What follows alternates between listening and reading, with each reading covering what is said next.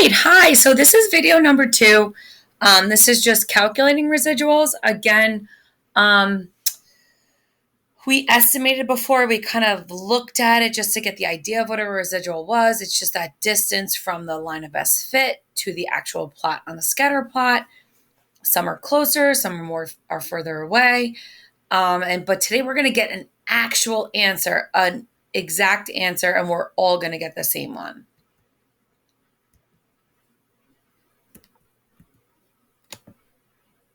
So how do we calculate a residual? So this video is going to focus on that, and we're going to go to page 5 in the packet that's posted, and we're going to follow along about calculating. So in order to actually calculate a residual versus estimating, you need an exact number on that line of best fit. Like I need an exact number here so I could find that distance up to there. A distance between two things is just subtracting, and that's what we're going to need. So we need an exact number to find it. So in order to do that, we're going to need our linear regression equation again. So to calculate a residual, step 1 would be to get the linear regression equation for the data, where we would plug everything into list 1, list 2, do stat calc 4, and get our equation. Then once we get that, we're going to put each value in for x into the equation to get our predicted y. And once we do that, we're going to subtract that predicted y from the actual y, meaning the number in list 2 in the table, or in almost like the y value spot of the table in the for the scatter plot. So we're going back to Megan and Bryce where they talked about the donut pit. We've calculated this linear regression a bajillion times, but now we're going to actually calculate the residuals by using the table. So first, what we're going to do is we're going to calculate the linear regression for the data. So I want everybody to plug data into list 1 and list 2 to get their regression equation. So pause the video, get the regression equation. When you're done, press play to see if your answer matches mine. All right, so did your equation come out to that? Now, generally we rounded it to 0.572 and 2.326, but today we're going to use all of the numbers because we want the most accurate residual. So go back and correct it before we move on. All right, so here's our linear regression equation.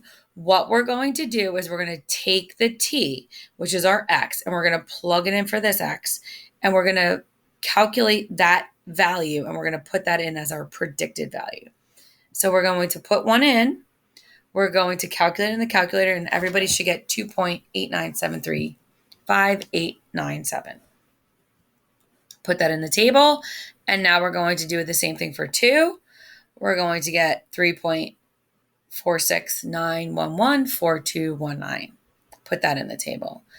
So what I want you to do is pause the video, and I want you to get the rest of the predicted values for this regression equation. When you're done, press play to see if your answer is the same as mine. So these are all the values for 3, 4, 5, 6, 7, 8, 9, 10, 11, and 12. So these are the actual values. These are our predicted values. All right, so go back and correct any answers because we're now going to find the residuals. So in order to calculate the residuals, we're going to take the actual value and subtract the predicted value.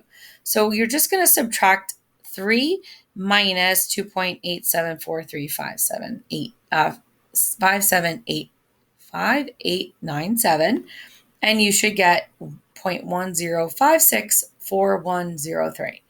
Now, some of the values are going to come out negative because this value is below this value. So that would be a negative residual.